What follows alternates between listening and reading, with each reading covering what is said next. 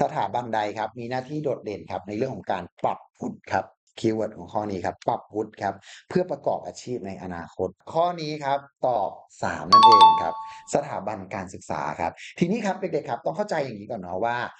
เรื่องของการปรับวุฒิเพื่อประกอบอาชีพเนี่ยทีนี้เด็กๆต้องเข้าใจเนาะว่าเกิดมาเนี่ยมนุษย์ไม่ได้เก่งมาแต่เกิดฉะนั้นมนุษย์จึงต้องศึกษาเล่าเรียนครับแล้วไปศึกษาที่ไหนล่ะก็ศึกษาตาม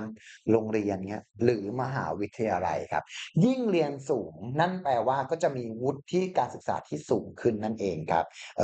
ฉะนั้นเนี่ยเมื่อยิ่งเรียนสูงมากขึ้นเรื่อยๆนะครับก็จะทำให้เรามีโอกาสในการประกอบอาชีพที่หลากหลายมากขึ้นนั่นเองครับอย่างบางคนเนี่ยเฮ้ยถ้าเก่งคอมพิวเตอร์ก็จะสามารถไปเรียนในมหาลัยหรือคณะที่เกี่ยวข้องกับคอมพิวเตอร์อย่างเงี้ยเกิดขึ้นก็ได้หรือคนไหน